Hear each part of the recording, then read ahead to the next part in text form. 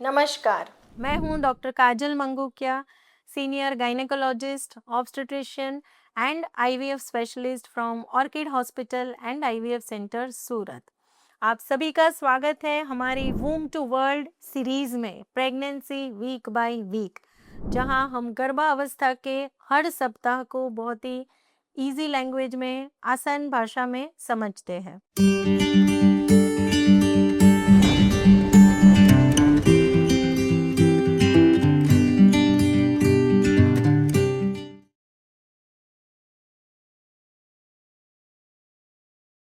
अभी आप 6th month के अंत की ओर बढ़ रही है।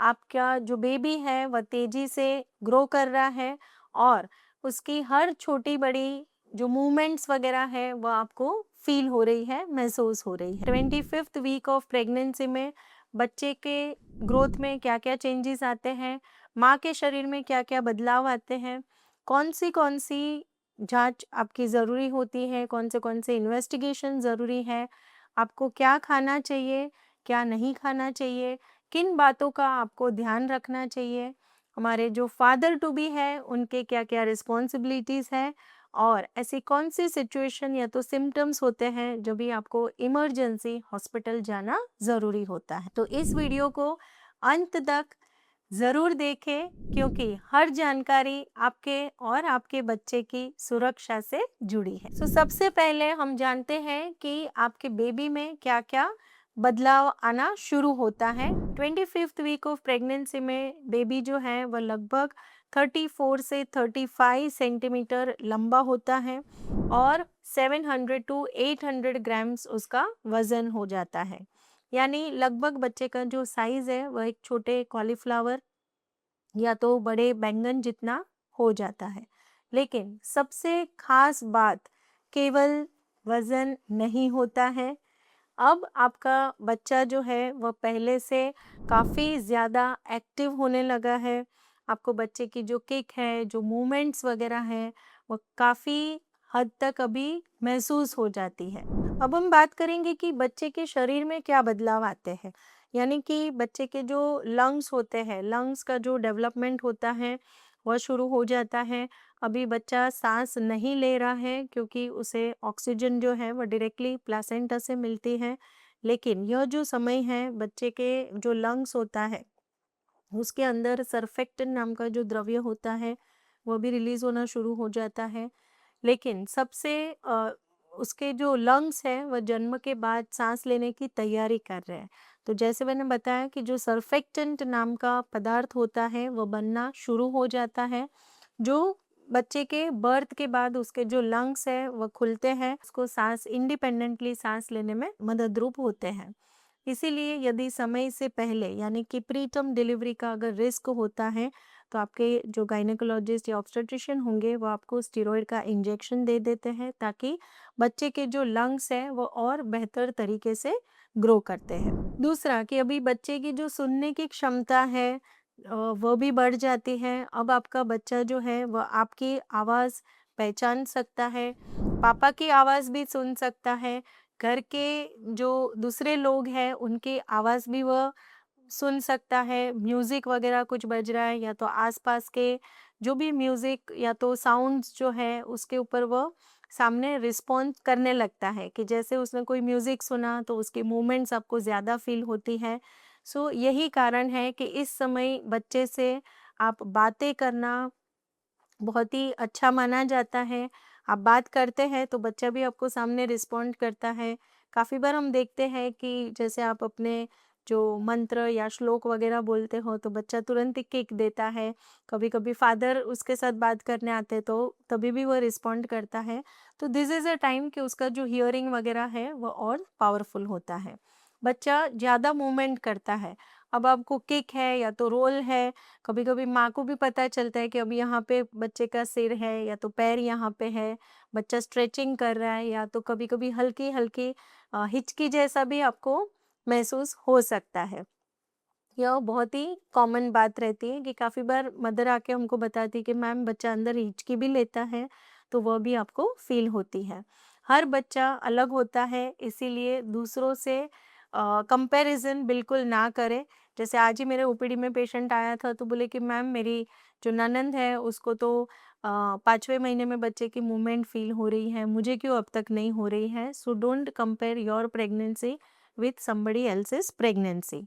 बच्चे का जो ब्रेन है वो भी अभी काफ़ी तेज़ी से अभी डेवलप हो रहा है। इस समय ब्रेन में काफ़ी सारे न्यूरॉन्स वगैरह का डेवलपमेंट शुरू हो गया है, जो आगे चलकर बच्चे की जो कैपेसिटी है, सुनना है, सीखना है, जो इंटेलेक्चुअल सारे जो चेंजेस होने वाले हैं, मेमोरीज़ वगैरह है, वह सारी चीज़ें अभी डेवलप हो रही हैं। अभी हम बात करेंगे कि बच्चे की जो स्किन है उसमें क्या-क्या चेंजेस होते हैं।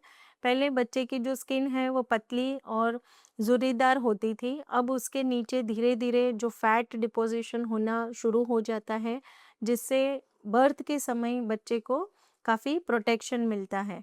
सो इसीलिए जन्म के समय उसका जो शरीर है वो गोल-मटोल दिखाई देता है।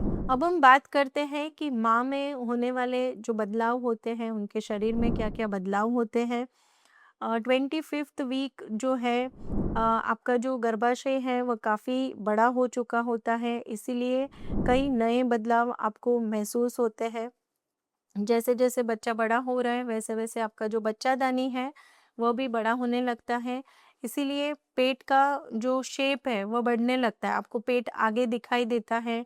अभी पेट स्पष्ट रूप से दिखाई देता है। जैसे आपके घर में सबको ही पता चल जाता है या तो आपके फ्रेंड्स वगैरह हैं, उनको भी पता चल जाता है कि नाउ यू आर प्रेग्नेंट।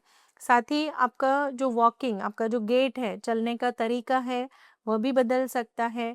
पीठ पर दबाव आ सकता है, इसकी वजह से आपको बैकएक वगैरह की समस्या भी हो सकती है। जैसे आपका वॉकिंग स्टाइल चेंज होता है तो बैक के ऊपर प्रेशर आता है, उसकी वजह से कमर दर्द ये बहुत ही कॉमन समस्या होती है। उसका कारण है कि एक तो आपका वेट गेन हो रहा है, बढ़ता हुआ वज़न, आपके हार्मोनल चेंजेस सब हो रहे हैं और शरीर का जो बैलेंस है वो भी चेंज हो जाता है, आपका जो सेंटर ऑफ ग्रेविटी है वो भी चेंज होता है। तो इसके लिए आप क्या करना चाहिए? What is the solution? सही मुद्रा रखें, लंबे समय तक खड़े ना रहें, आरामदायक चप्पल, थोड़े सॉफ्ट वगैरह रहेंगे वैसे चप्पल पहनना शुरू करिए, हील्स वगैरह नहीं पहनना है और आपके जो फिज़ियोथेरेपिस्ट डॉक्टर रहेंगे वो आपको एक्सरसाइज़ वगैरह बताएँगे, वो आप रूटीन में ऐड कर दीजिए। तीसरा, काफ़ी सारी फीमेल्स कंप्लेंट लेके आती हैं कि पैरों में अभी सूजन आने लगी है। स्पेशली रात के टाइम आपको काफ़ी क्रैम्प्स वगैरह भी आते हैं। सो इसका मेन रीज़न होता है कि कैल्शियम डेफिशिएंसी है या तो मैग्नीशियम डेफिशिएंसी है या तो बिकॉज़ ऑफ पर्स से वज़न बढ़ने की वजह से सारा जो प्रेशर है वो आपके पैरों के ऊपर आता है। इसीलिए स्ट्रेचिंग एक्सरसाइज़ हम काफ़ी पेशेंट को सजेस्ट करते हैं कि स्ट्रेचिंग से आपको काफ़ी राहत मिल सकती है। या तो रात में गर्म पानी में थोड़ा सॉल्ट डाल के पैर 10 से 15 मिनट रख सकते हैं। चौथा कि पैरों में सूजन, जैसे मैंने बताया कि हल्की सूजन अगर होती है तो वो बहुत ही कॉमन है। लेकिन यदि अचानक से आपको बहुत ज़्यादा सूजन होने लगी है, हेडेक शुरू हो गया है या तो देखने में आपको कुछ तकलीफ़ हो रही है, धुंधला-धुंधला दिख रहा है या तो आपका ब्लड प्रेशर बढ़ जाता है या तो आप ऐसे समय में डॉक्टर के पास जाइए तभी पता चलेगा कि इन केस आपको ब्लड प्रेशर बढ़ गया है तो उसके लिए जो भी रिक्वायर्ड मेडिसिन है वो आपको स्टार्ट करेंगे। सीने में जलन यानी कि गर्भाशय के ऊपर की ओर दबाव आ जाता है, उसकी वजह से सीने के पोर्शन में आपको ऐसा हेवीनेस जैसा फील होता है, कभी जलन जैसा भी फील होता है। तो इसका जो सॉल्यूशन है कि आप थोड़ी-थोड़ी मात्रा में खाना खाएँ, स्मॉल फ्रीक्वेंट मील्स आपको लेना है। बहुत ज़्यादा ऑयली, स्पाइसी फर्मेंटेड फूड वगैरह जो है वो कम लें और लंबा गैप मत रखिए। जैसे आपने सुबह में नाश्ता किया है तो 2 घंटे के बाद एक आधा फ्रूट आप ले सकते हैं। काफ़ी बार हमने देखा है कि पेशेंट 3 ही मील लेता है कि ब्रेकफ़ास्ट लिया, लंच लिया और डिनर लिया। सो ऐसा नहीं करना है। दूसरा कि पेशेंट काफ़ी बार कॉन्स्टिपेशन की समस्या लेकर भी आते हैं। इसके लिए आपको पानी ज़्यादा पीना है, सैलेड वगैरह है, फ्रूट्स वगैरह है, हाई फाइबर डाइट जो है उसका सेवन करना है और रेगुलर एटलीस्ट प्लान के आप 30 मिनट्स वॉकिंग आपको करना ज़रूरी है और वाटर इनटेक अच्छे से लीजिए। इस समय कौन-कौन सी जाँचें आपके लिए ज़रूरी हैं, उसके बारे में बात करते हैं। हर मरीज़ की जो स्थिति होती है, वह अलग होती है। आपकी जो सिम्पटम्स हैं, वह हिसाब से आपकी कुछ पास्ट हिस्ट्री है, तो वह हिसाब से आपको आपके डॉक्टर एडवाइस कर सकते हैं, दूसरे रिपोर्ट्स वगैरह। लेकिन generally 25th week of pregnancy में अगर आपके पहले सीबीसी वगैरह के टेस्ट नहीं हुए हैं तो यह भी एडवाइस कर सकते हैं। सीबीसी यानी कंप्लीट ब्लड काउंट, जिससे अनीमिया का पता चलता है। दूसरा जो टेस्ट है ब्लड शुगर टेस्ट, यदि अभी तक जेस्टेशनल डायबिटीज की स्क्रीनिंग नहीं हुई है तो इस समय आपका जीटीटी यानी ओरल जीटीटी यह भी आपके डॉक्टर की सलाह अनुसार आपको करवाना चाहिए। यूरिन रूटीन माइक्रोस्कोपी, यदि यूरिन में इन्फेक्शन है या तो यूरिन में प्रोटीन जा रहा है तो यह भी हमें रिपोर्ट करके पता चल सकता है। जनरली हम यूरिन प्रोटीन का जो रिपोर्ट है वो रूटीनली भी करवाते हैं टू नो कि प्रेगनेंसी इंड्यूस्ड हाइपरटेंशन तो नहीं है। रूटीन विजिट में आपका ब्लड प्रेशर, हर विजिट में बीपी चेक होना ज़रूरी है ताकि अर्ली हमें पता चल जाए कि इन केस आपको जेस्टेशनल हाइपरटेंशन का रिस्क है कि नहीं। यदि किसी विशेष कारण से आवश्यकता है तो आपके डॉक्टर जो है वो आपको एक्स्ट्रा रिपोर्ट्स एज पर आपकी कंडीशन, आपके जो सिम्टम्स है वो हिसाब से सजेस्ट कर सकते हैं। अब हम बात करते हैं कि इस समय आपको क्या खाना चाहिए। याद रखिए, काफ़ी बार पेशेंट आते हैं और बोलते हैं मैम अभी तो इसको 2 लोगों का खाना चाहिए, वो तो 1 लोगों का भी खाना नहीं खा रही है। ऐसा नहीं होता है फ्रेंड्स, आपको 2 लोगों के लिए खाना है तो ज़्यादा क्वांटिटी खाना है, ऐसा नहीं है। 2 लोगों के लिए पौष्टिक भोजन करना है, यानी कि बैलेंस्ड न्यूट्रिशन होना चाहिए। तो आपका जो फूड है उसमें आपको प्रोटीन जैसे कि दाल है, पनीर है, मिल्क एंड मिल्क प्रोडक्ट्स जैसे दही, दूध है, आप सोयाबीन वगैरह ले सकते हैं, स्प्राउट्स ले सकते हैं as a rich source of protein. दूसरा, आपको आयरन की बहुत ही ज़रूरत होती है क्योंकि डिलीवरी के समय भी आपका ब्लड लॉस होने वाला है। तो आयरन जैसे आप ग्रीन लीफी वेजिटेबल्स है, पालक है, मेथी है, इवन चना वगैरह है, राजमा है, गुड़, वो भी एक बेसिक सोर्स ऑफ आयरन है। इवन डेट्स वगैरह आप ले सकते हो, खजूर वगैरह। कैल्शियम, अभी कैल्शियम के लिए आप मिल्क एंड मिल्क प्रोडक्ट्स जैसे मैंने बताया, दूध है, दही है, पनीर है, इसका सेवन कर सकते हो। तिल ले सकते हो, ragi, ragi is a rich source of calcium, तो उसका भी आप सेवन कर सकते हो। हाई फाइबर डाइट है, फ्रूट्स वगैरह हैं उसका सेवन कीजिए और रोज़ कम से कम 2 प्रकार के फ्रूट, आपको जो सीज़नल फ्रूट है वो आपके रूटीन में आप ऐड कर दीजिए। On an average per day आपको 2.5 से 3 लीटर वाटर इनटेक लेना ही लेना है, यह बहुत ही इम्पोर्टेंट है। खाने के अलावा और क्या-क्या चीज़ आपको ध्यान रखनी है कि रेगुलर ना at least keep a plan of 20 to 30 minutes walking. आपको अगर प्रेगनेंसी के दौरान योगा वगैरह करना है तो वो भी एक्सपर्ट्स कोई रहेंगे उनके पास आप कर सकते हो। नींद आपकी मिनिमम 6 से 8 घंटे की नींद होनी चाहिए, ज़्यादा स्ट्रेस न रखें। बच्चे से बात करें, यानी आपके नियर डियर में कोई बच्चे वगैरह हैं तो उनसे बात कीजिए। बुक्स वगैरह जो हॉली बुक्स है वो भी आप पढ़ सकते हो, अच्छा म्यूज़िक सुन सकते हो और आपको जो भी मेडिसिन प्रिस्क्राइब की है आयरन, कैल्शियम वगैरह की, तो यह आपको रेगुलर बेसिस पे लेना ज़रूरी है। क्या नहीं करना है, यानी कि don'ts during 25th week of pregnancy, बिना डॉक्टर की सलाह आपको कोई भी मेडिसिन नहीं लेना है। स्मोकिंग, अल्कोहल वगैरह जो भी धूम्रपान है वो बिल्कुल नहीं करना है। शराब बिल्कुल नहीं लेना है, तंबाकू कोई भी फॉर्म में आपको नहीं लेना है। बहुत ज़्यादा भारी वज़न है वो भी नहीं उठाना है।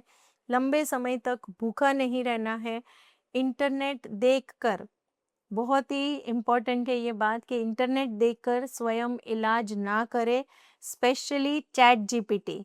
चैट जीपीटी को अपना क्वेश्चन देके आप वो जो सामने आंसर दे रही है उसको फॉलो करके आपका ट्रीटमेंट ना करें, सेल्फ मेडिकेशन भी ना करें। अभी हम बात करते हैं कि हमारे फादर टू बी के क्या-क्या रिस्पॉन्सिबिलिटीज़ है। यह जो जर्नी है यह खाली मदर की नहीं है, यह फादर और एक पूरे परिवार की जर्नी है। और इस समय आपको सबसे बड़ी ज़िम्मेदारी ये है कि आपकी जो वाइफ़ है उसको इमोशनल सपोर्ट की बहुत ही ज़रूरत होती है। समय पे आप जब भी डॉक्टर के पास जा रहे हो तो उनके साथ जाइए, उनको रेगुलर जो विज़िट है वो आप नोट डाउन कीजिए, वो ध्यान रखिए, उस समय उनको अकम्पनी करिए। उनकी जो मेडिसिन है उसका भी आप ध्यान रख सकते हो कि रेगुलर वो मेडिसिन ले रहे हैं कि नहीं, नहीं ले रहे तो उनको हेल्प कीजिए। पौष्टिक भोजन लेना है, जैसे बैलेंस्ड फूड मैंने जो बताया वो हिसाब से लेना है। घर के काम में आप उनको हेल्प कर सकते हैं। यदि आपकी वाइफ़ को बहुत ज़्यादा स्ट्रेस जैसा फ़ील हो रहा है, तो थोड़ा उनको उनकी जो बातें हैं उनको सुनिए, उनको समय दीजिए। और आप अपने बच्चे के साथ भी जैसे बेबी टॉक वगैरह भी स्टार्ट कीजिए। अभी हम बात करते हैं कि कौन से सिम्पटम्स पे आपको इमीडिएटली हॉस्पिटल जाना ज़रूरी है। यह बहुत ही इम्पोर्टेंट चीज़ है। यदि इनमें से कोई भी लक्षण आपको दिखाई देता है या तो देख रहे हो, तो वेट नहीं करना है, आपको जो विज़िट दिया है उसके लिए नहीं वेट करना है, इमीडिएटली हॉस्पिटल जाना है।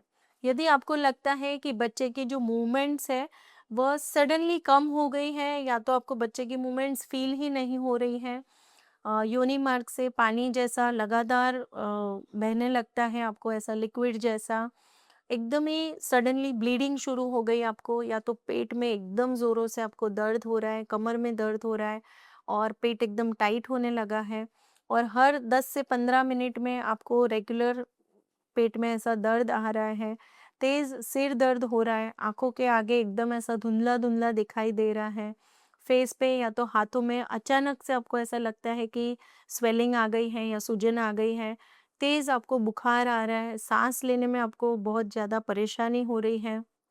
या तो काफ़ी बार जैसे हमने देखा है कि एक्लेम्सिया जो बोलते हैं हम, एकदम सडनली पेशेंट बेहोश हो जाता है या तो ऐसा दौरा आता है। तो इन परिस्थितियों में तुरंत ही आपको आपके नज़दीकी जो हॉस्पिटल है वहाँ पे पहुँचना है, या तो जिनको आप रेगुलर दिखा रहे हो वो डॉक्टर के पास पहुँचना ज़रूरी है। एक छोटी-सी बात यहाँ पे बताना चाहती हूँ कि हर प्रेगनेंसी अलग होती है। यदि आपकी फ्रेंड है, उसकी जो प्रेगनेंसी है, वो भी अलग रही होगी, तो इसका मतलब ऐसा नहीं है कि आपके जो फ्रेंड्स को जो सिम्पटम्स आए, वो सेम सिम्पटम्स आपको भी आएँगे। इसीलिए किसी भी शंका में इंटरनेट या तो पड़ोस की सलाह की बजाय अपने डॉक्टर से बात कीजिए। तो आपके बॉडी में क्या चेंजेस आ रहे हैं, आपके बॉडी में क्या ज़रूरी है, क्या रीज़न है कोई भी सिम्पटम्स आने के, बेस्ट है कि आपके डॉक्टर ही वो आपको बता पाएँगे। सो लास्ट में मैं इतना बोलना चाहती हूँ कि 25th वीक ऑफ प्रेगनेंसी जो है, वो बहुत ही महत्वपूर्ण समय है। अभी आपका बच्चा और मज़बूत होने लगा है, उसके जो डेवलपमेंट है वो और आगे बढ़ रहा है। तो यह समय आपका बैलेंस्ड न्यूट्रिशन, पौष्टिक भोजन, अच्छी नींद और सकारात्मक सोच, पॉजिटिव एटीट्यूड जितना रहेगा, वही आपको उतना अच्छा रिस्पॉन्स मिलेगा। सो अंत में मैं इतना ही बोलना चाहती हूँ कि यदि आपको यह वीडियो पसंद आई है तो उसे लाइक कीजिए, शेयर कीजिए, और हमारी यह जो यूट्यूब चैनल है उसको देखते रहिए ऐसे ही इन्फॉर्मेटिव वीडियो के लिए। मिलते हैं नेक्स्ट वीडियो में, that will be 26th week of pregnancy. Goodbye, take care.